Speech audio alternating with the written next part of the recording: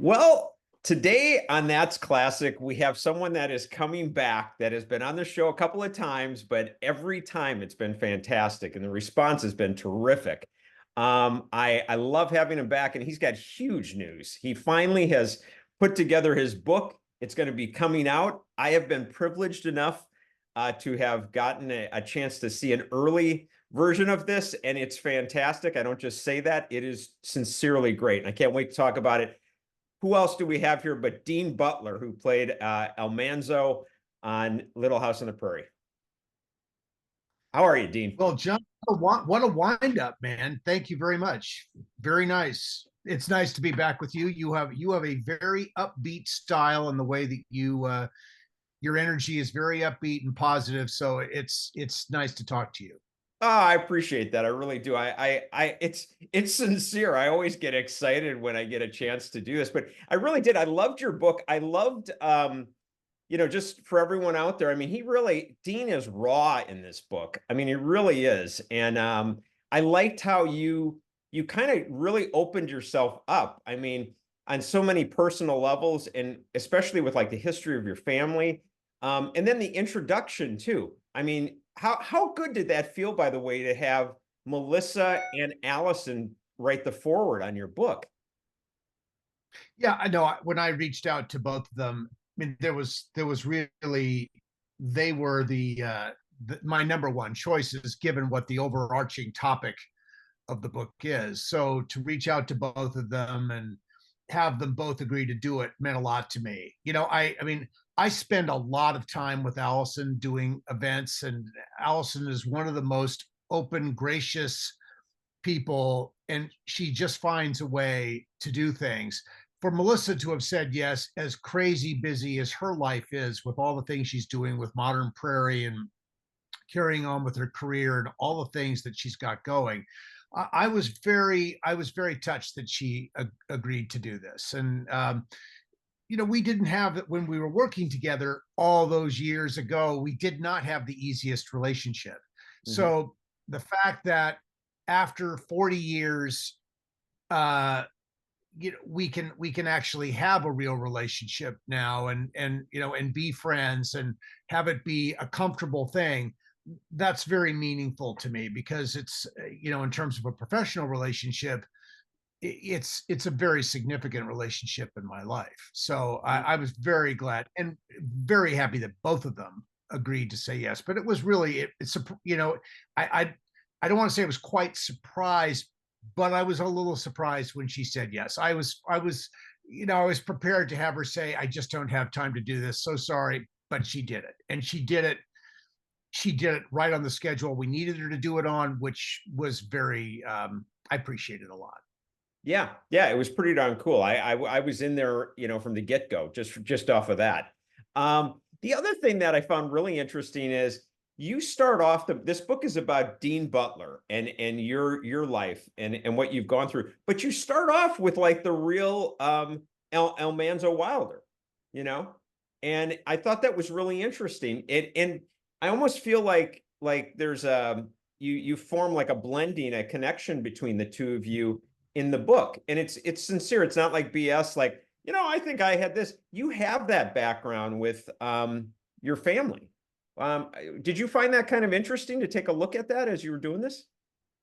Yeah, I did, and I had done a documentary some years ago called Almanzo Wilder: Life Before Laura, which was really built around Farmer Boy, the Laura's second book. And as I was doing the research for that documentary, so much of the commonality of experience sort of jumped out at me at that time. And I did think back, more than a decade ago, if I were ever to do this, I would want to draw those connections between our lives. And primarily, I mean, it's not that it's at some deep connection, but what I do have and what my family gave me was this connection to agriculture and the land, open land, that was a good connection to him. Almanzo grew up in a very successful farming family in upper state New York, his parents were extremely successful in this world, and Farmer Boy is all about that. I grew up in a fifth generation California family. My family arrived in California, I mean, arrived in the United States in the 1700s. Almanzo's family arrived in the United States, or in North America in the 1600s. Um, so we have that sort of deep history, and I became part of this business, quasi agriculturally appreciative family. And I had family, multi generations of family ago, who were uh, great in the nursery, big in the nursery business, in agriculture in Central California. My great great grandfather brought the fruit fly from Turkey that allowed figs to be grown in California years ago. Um, Wow. to me, that's like, I'm not a huge fan of figs, but I appreciate the fact that he brought this fruit fly for this brand, this type of fig, to be able to be grown in California.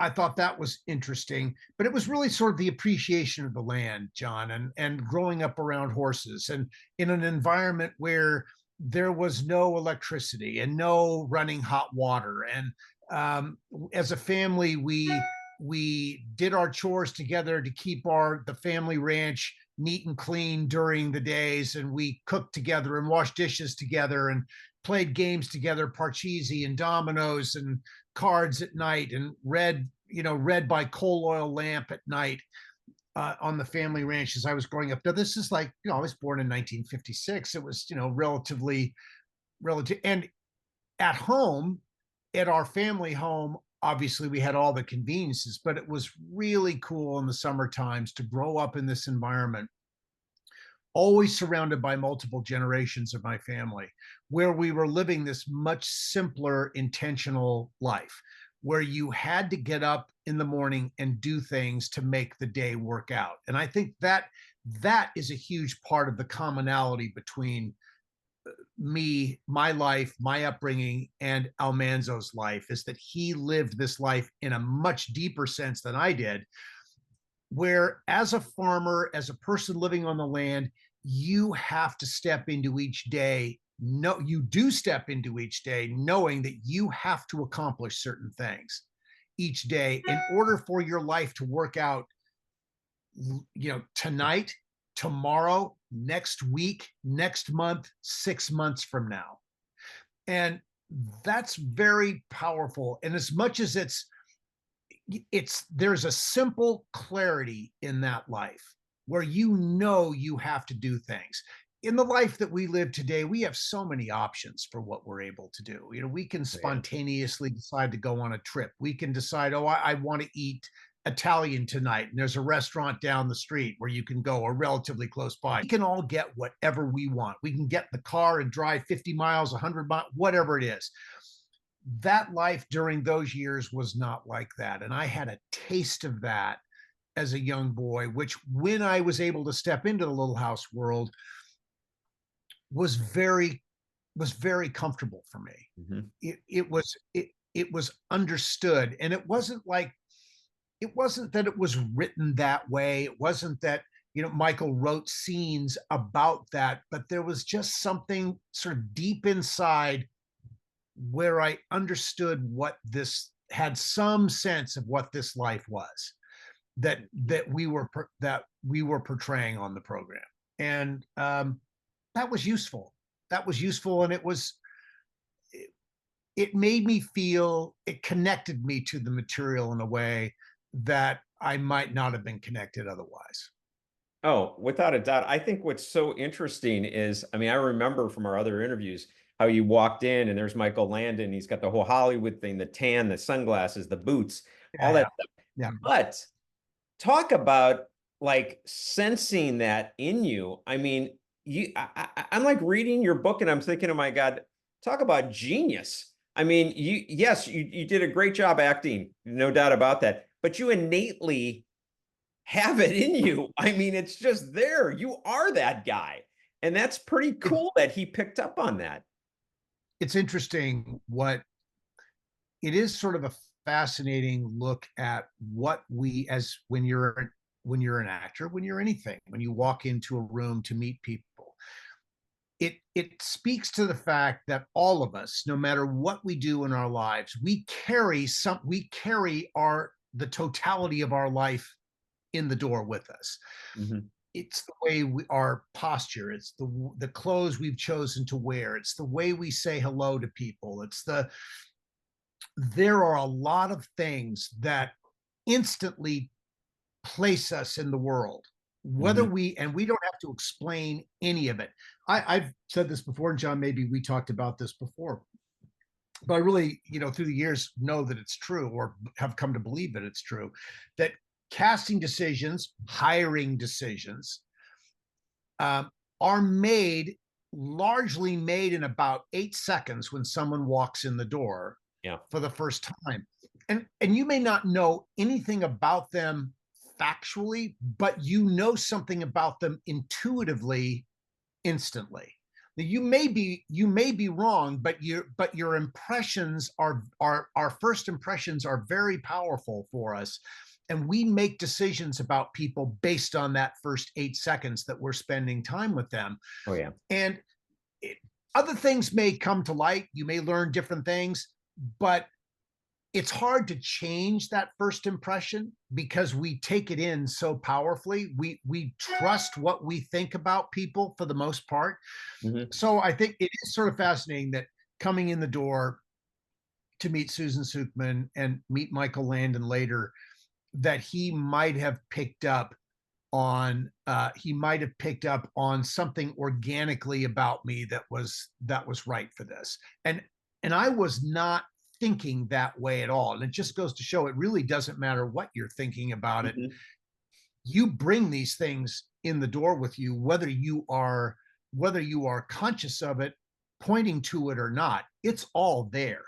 Mhm. And I think it, it's very difficult to come into a room projecting something. If you're trying to project something different that's not you, not really you, and actors try and do this all the time. Mhm. If it's not authentic, people pick up on that right away. They may not know what's not, but they know something's not right. Mhm. When you come in the door with as an open book, being who you are, that's what people want to see, Mhm. because that's the best you that you've got. So bring that, and then see if you can, then someone may see that you could slide a little this way or slide a little that way. But you're never, if you're one way, you're never going to convince somebody that you're 180 degrees opposite that. I mean, that's going to be maybe someone can. That's a hard thing to do. That's Yeah. Oh, really I hard. And agree. it's a hard facade to hold up over time. Mhm. Yeah, agreed. I think it's funny, by the way, too, when, it just hit me. I didn't even think of this when I was reading the book, but when Susan, the casting director, for those of you out there for Little House, she said to Dean when he went in for the audition, the moment, whether or not he was right for this or not, she said, when you go in and you do it, don't act. And you know what? That hit home like 100% with me just now when you said that. She knew it. She knew it. You're Yeah. it. You don't have to do it. You Yeah. don't have to do anything. Just go with who you are. And I think that was a very look. I mean, there are certainly individuals who worked bigger on Little House, like Katherine MacGregor playing Mrs. Olson was definitely a bigger version of herself Yeah. on screen. Victor French playing, Mr. Edwards was a bigger version of himself. I think Victor may have been uh, the most transformative portrayal of who he was. I mean, that was really a character he invented to be Mhm. that guy. Victor was a very different man than that, but Victor was also, as a person, as an actor, neutral enough that he could swing in a direction. He could do that sliding left, right, up and down if, as needed to achieve something, because he had a more neutral palette. I'm Mhm. walking in the door, blonde hair, blue eyes, very, very like waspy. Oh yeah. I mean, I'm bringing something very specific in the door. If someone sees me, they immediately have an impression about where I'm from, what kind of background I have, who I am sort of ethnically. They get that, right? They get it right away, and there's no hiding from that. So the fact that Michael saw what I brought in the door authentically and decided that that was a good match for what he was trying to do, very grateful for that, John. That was the gift of a lifetime. Oh, without a doubt. Hey, by the way, you're great. We've mentioned you're great, and if I miss one of the greats, let me know. But it's like great. I think it's great grandfather. I think that's right. And by the way, was his name Albert? I'm trying to remember if it was Albert Arthur Albert Alfonso Moore. That's it. Actually, Yeah. Arthur Alfonso Moore. Yeah. Arthur Alpine. Okay. And Yeah. was he now he's the one that built the actual home, right, on the ranch. And yeah, and he put together that book, that like family Bible. I was like, Yes. I'm like, what are we doing? Yes. Right in Little House here? You know, it was amazing. Yeah, I was very I love the way he opened the book, which is what I shared in my book, as he described who his family, what his impressions of his family were, where they had been, what they had done, and what he wanted future generations of family who he would never meet to know about who our family was. Yeah, it's very colorful language. It's people don't speak that way, and they don't write that way anymore. But I thought he wrote it, it's pretty dense. I thought he wrote it really well. And I think, as I said in the book, Laura didn't write in that kind of a flowery way. She wrote in a much simpler way, but he described, as she described in her own way, this life, who these people are. That's very evocative, and or who his people were in that case. Yeah, I've always loved that passage about, we come from sturdy stock idea. And I think it's, I don't know that many families have a document like that. No, I don't think most do. Yeah. It's cool that we have it. And I loved, as I was sitting down to write the book, that I could literally stand up from our dining room table and walk over to the bookshelf, and there it was. And I could take it down and look at that opening section, which I had read many times and loved, which is why I wanted to include it in the book. I love it. I just thought it was really cool. I enjoyed that whole family history. It was like, I mean, for fans out there, I'm telling you, it is like reading like almost Little House moment. It was really cool. The other thing that I liked is, I was saying that you're raw, and I felt that in the book. You had a line, which if I'm not saying it correctly, tell me, but you said like, something about I leave it to you, the reader, if I was the right actor for the role. And I love that, because like I said, you were, and we all know it, but I love that you still have that humbleness about you, that you kind of throw it out there. Like maybe I wasn't for some of you, whatever, but it was really, I love how, like I said, it's just a humble, honest, way of putting it. Well, look, I think actors, people in general, we all have self-doubt, and I always have a need. I mean, I want to be liked by people. That's important to me. Sure. I certainly don't want to be a person where people meet me and are just think, what a creep that is. I mean, I certainly don't want that. It's very important to me in my life today, John, we do, as a cast, we do a lot of appearances. We travel all over the country. We meet people who have been fans of the show for half a century or more, or not more, half a century, and in my case, 45 years, watching this, that we all did. It's very important to me to feel like I've left those people with an impression that who they've watched and who they're meeting on this day, wherever it is that we are, is the same person. I don't want them to walk away wondering, I don't want them saying he's nothing like that guy that he played. I want people to know that what they got was authentic. And I think, I think it was authentic to the best of my ability to be authentic as I could be. Mhm. But it's, I was raised to be gracious, to be welcoming, to be kind to people. That was a huge part of my upbringing, and I tried to bring that to the work that we all did together all those years ago, and I try and bring it to my life today. So it's a very, it's all sort of a through line of who I am, and I'd like to think that, yes, who I, I mean, yes, the audience has to decide, but I'm letting you know that I tried to be the most authentic person that I could be, and this is who I was in this, and this is who I am in my life, and it's the same thing. I love it. I love it. You said a couple moments. I'll be honest with you, and some of it because of my own acting background and being in LA. But there are moments that really hit me in your book. Like I was like, wow, you got to me, and that says a lot. But there was one that you said with your family. I believe it's your dad passed away, and you said, "Now I am the oldest man in my family," and it's like that. Mhm.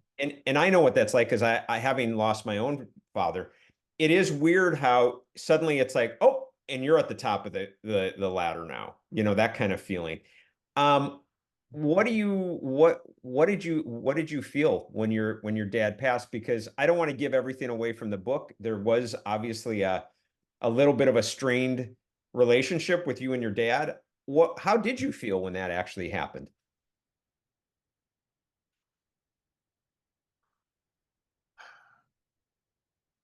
I think, I mean, I look, I can frame this. I'll say this in the, in the overarching sense.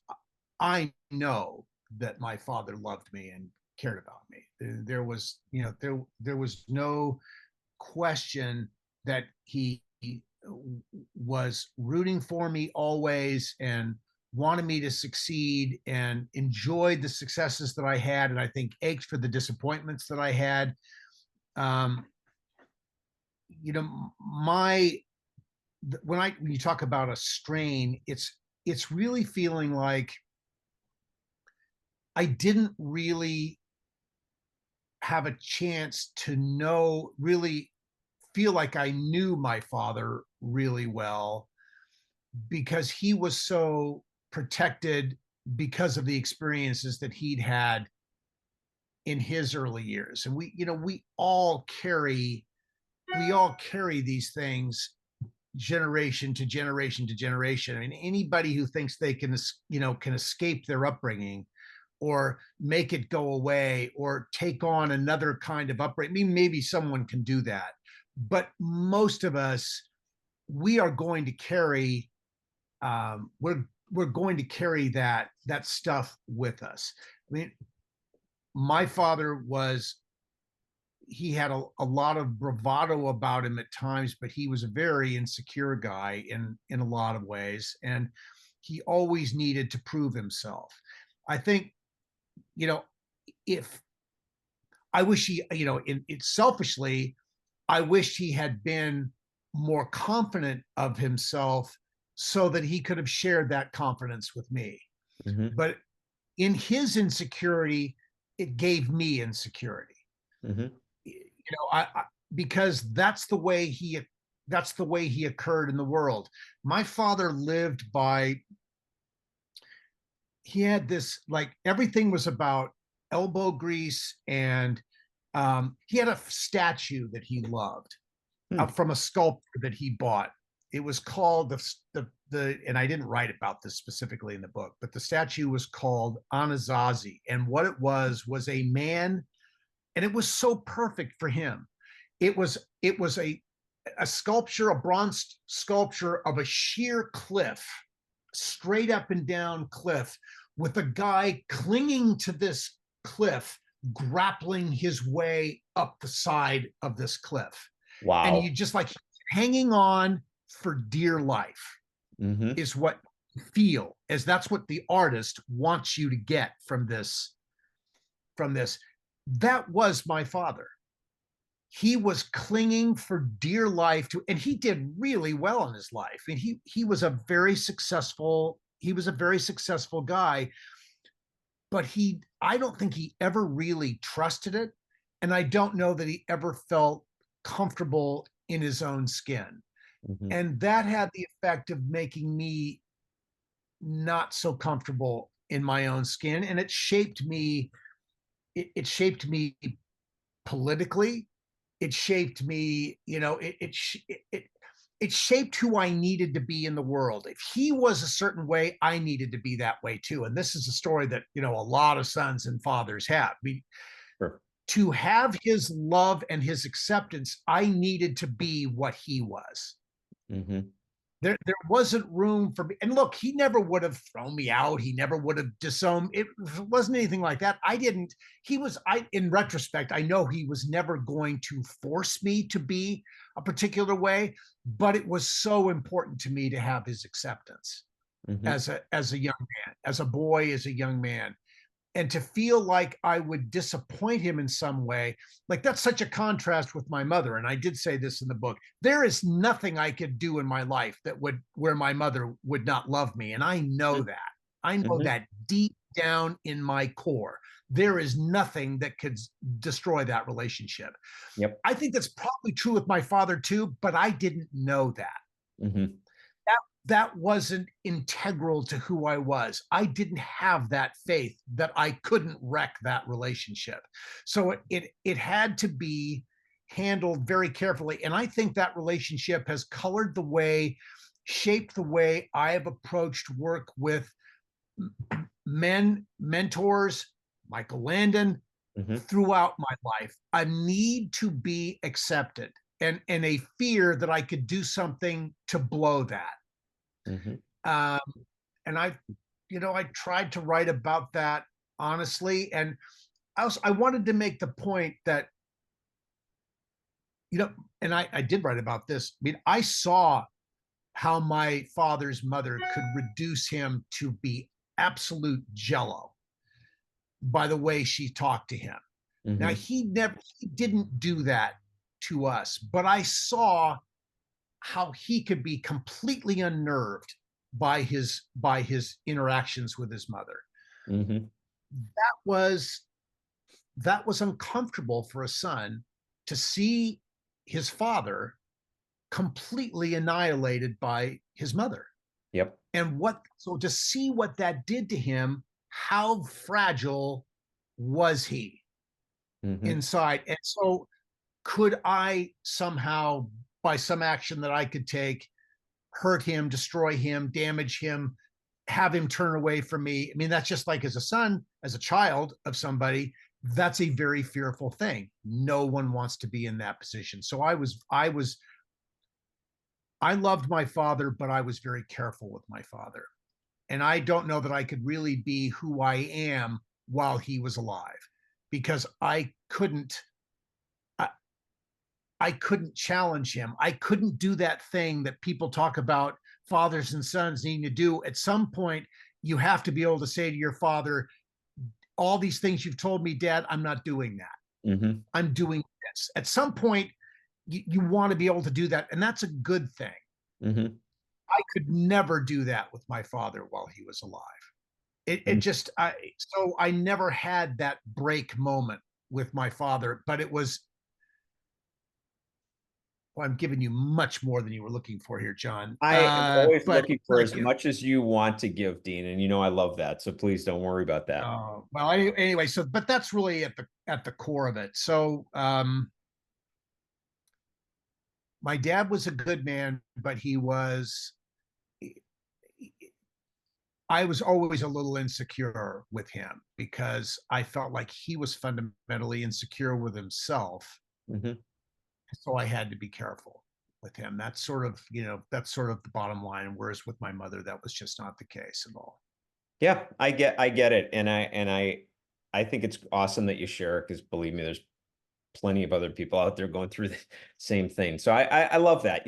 I mean, look, I keep coming back to this as somebody that has read this book, but I think what's great is, I mean, a lot of people, look, you had, people always still joke to you, hey, Manly, it's like, it's like, hey, you're the man, you're Almanzo, you're the like the man.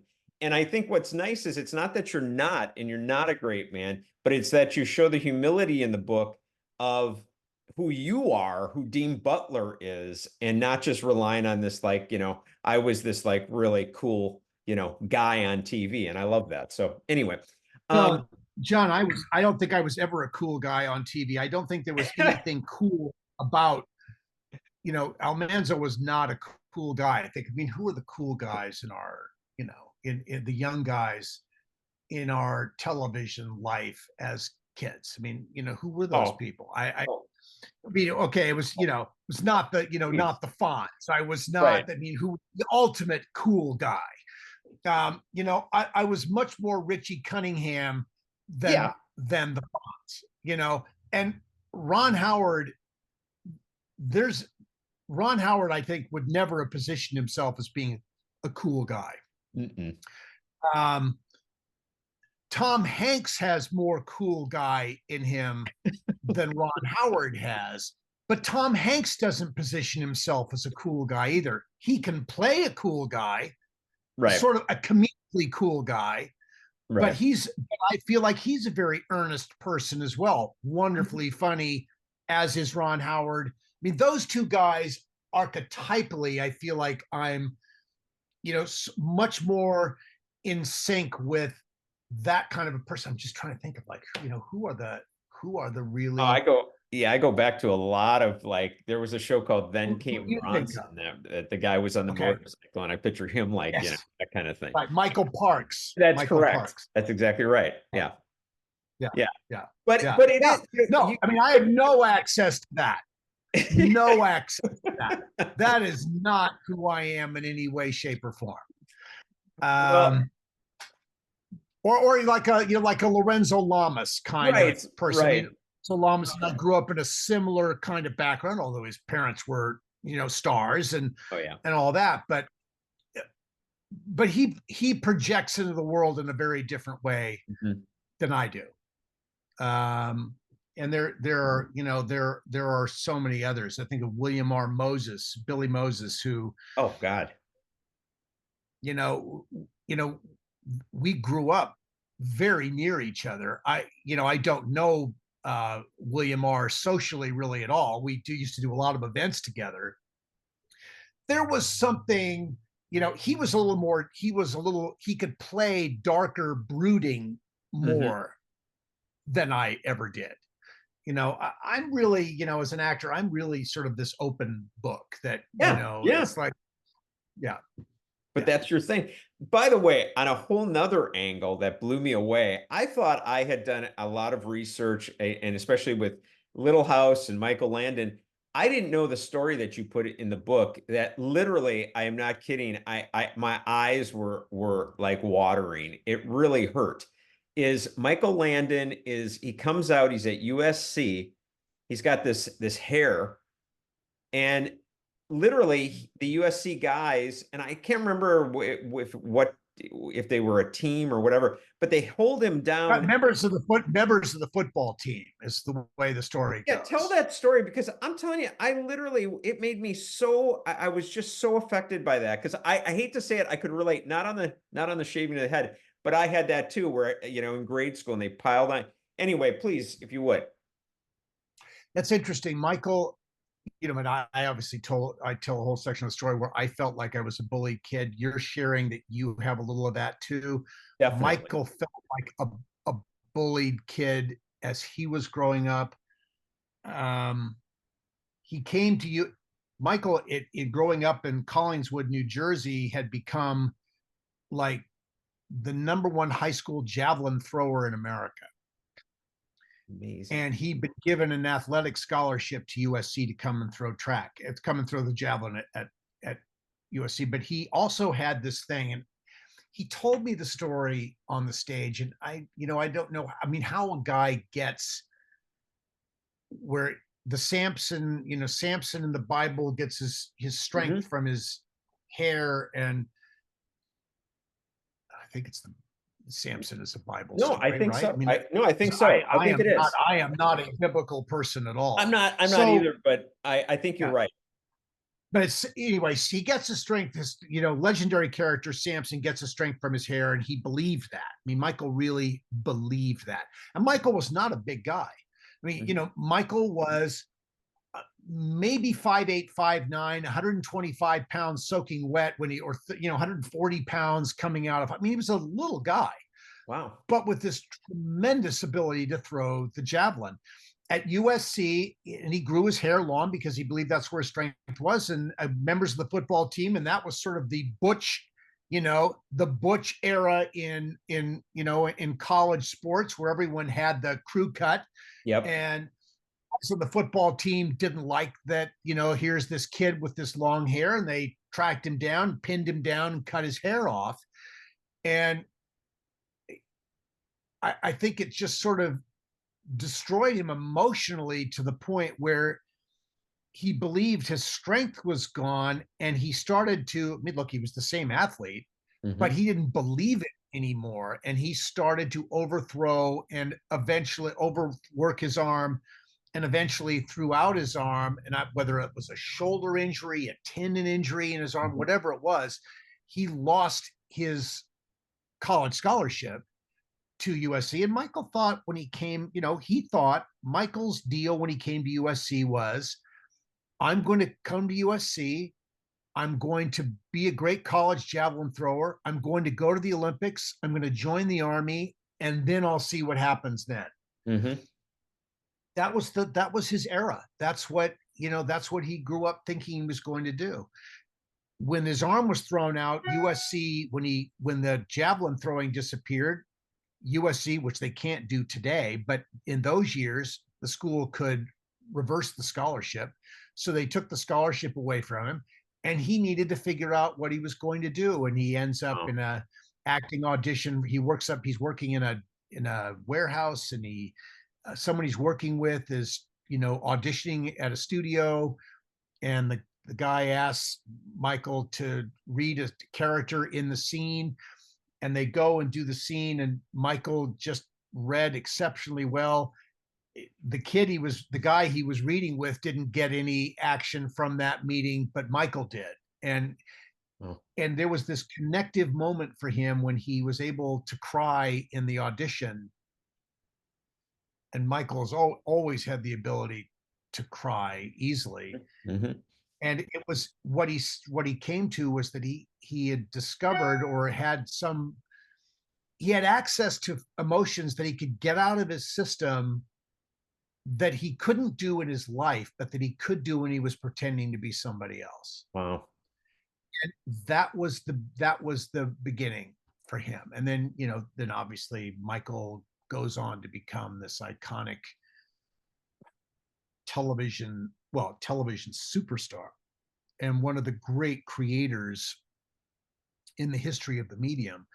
And it's, it all started with a fluke reading in a studio audition where someone was moved by what he was able to do emotionally in a moment. And it was a gift that he didn't know he had until he did it.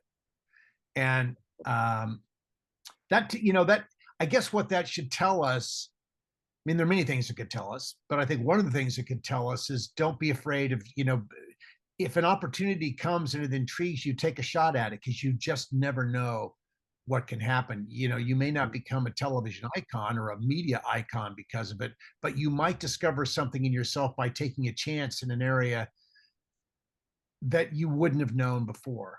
And it can be one of the gifts. It could end up being one of the great gifts of your life. And it certainly was that for him.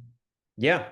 It's funny. Sometimes the littlest or seemingly littlest insignificant moments in your life become the biggest, so funny. Yeah. Another one, and I describe this when I say love affair, I don't mean physical love affair, but when you talk about Katherine MacGregor and all the way to the point when you visit her at the motion picture home. Love affair and Katherine MacGregor. That's like, that's an interesting idea. I adored her. Yeah. But there was no, what Harold and Maude moment with, that's what I was trying to say. But you truly respected her and truly looked up to her. Huge. I loved Yeah. what I just loved how you handled that in the book. And um, all the way, like I said, to your last visit at the motion picture home. I thought that was interesting. What do you remember of that last time you were with her, by the way? I remember that, when I had, she had such a life force about her.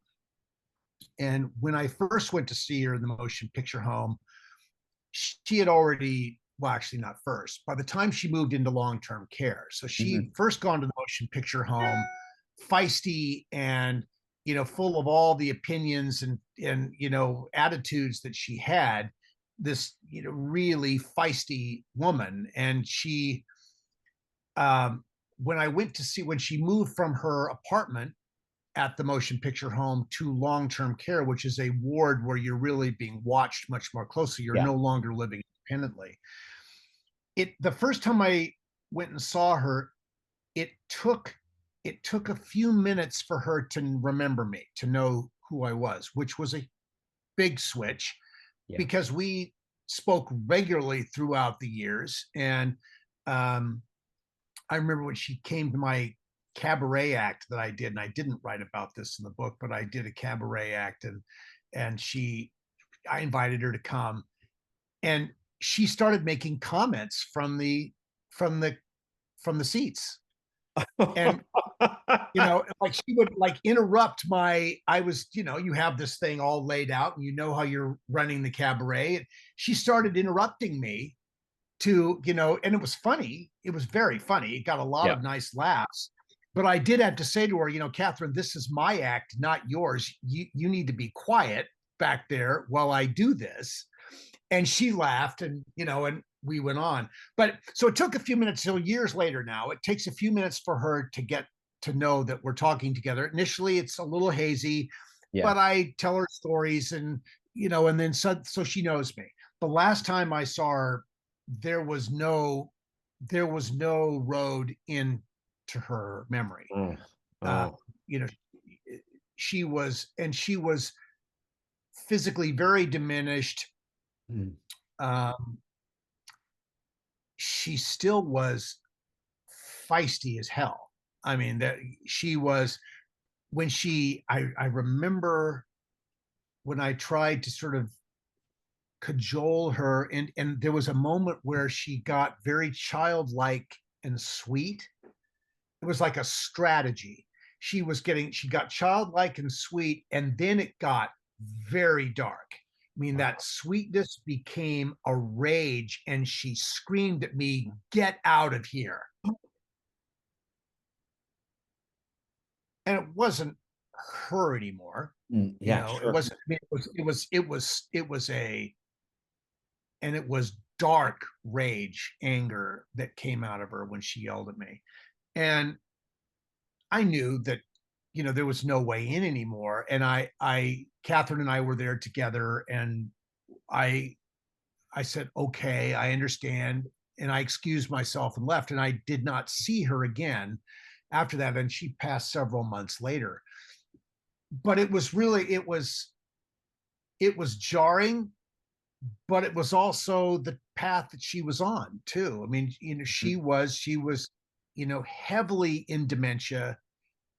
She didn't know anything anymore. Her Mhm. memories were completely, and I think it was dementia. I don't think it was Alzheimer's. I think Mhm. it was just a dementia thing. And so she was no longer herself in the sense that she couldn't share herself, Mhm. and there were no common memories anymore. And that was, that was hard, uh, because at that point, that, it's like it's over with some the relationship is over. But the memories I have of her are rich and full and funny. And that last experience, while jarring, in no way shapes who she was for me. No. um yeah, she was really, really special, and just a voracious talent. Mhm. And loved her interactions with people. I did some bonus content about her for for DV, this, I think it was I don't know, it was 2006. I think it was a release of the series for a company called Imavision. Mhm. And I did an interview with her. And one of the things that she did for all fans who wrote her letters is she had this drawing that she did with a little bird, and she's yet and it's a picture of Mrs. Olson and Mr. Olson running away from her down the road. And she's screaming at him or yelling at him, Nels, come back. And the bird is going cheep, cheep, cheep, cheep. I think the package is, I mean, you can watch, anyone can watch the package on YouTube. If you search Katherine MacGregor, it's there. And she delighted in doing this little drawing for people and sending it off, and she maybe attached some personal little note to the end of the drawing, but the drawing was essentially always the same. Wow. And I love the way she did that, and she could be enormously generous with fans. Now, Katherine did not suffer fools. If she felt like someone was being obnoxious, she would let you know.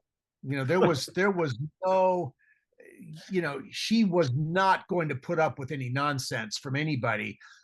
But if she sensed that you were sincere and genuine and being good with her, Mhm. she would go the extra mile with you. And that's always sort of the bottom line that I remember about Katherine. Is she was just fundamentally really good. Really Wow. good. Really cool. I love it. I had to make sure we mentioned her. As always, thanks for listening, and please hit the subscription button and the notification bell so that you can be notified when I have a new episode. And also go check out some of my other episodes, like Jerry Mathers, Henry Winkler, Judy Norton, so many. Enjoy.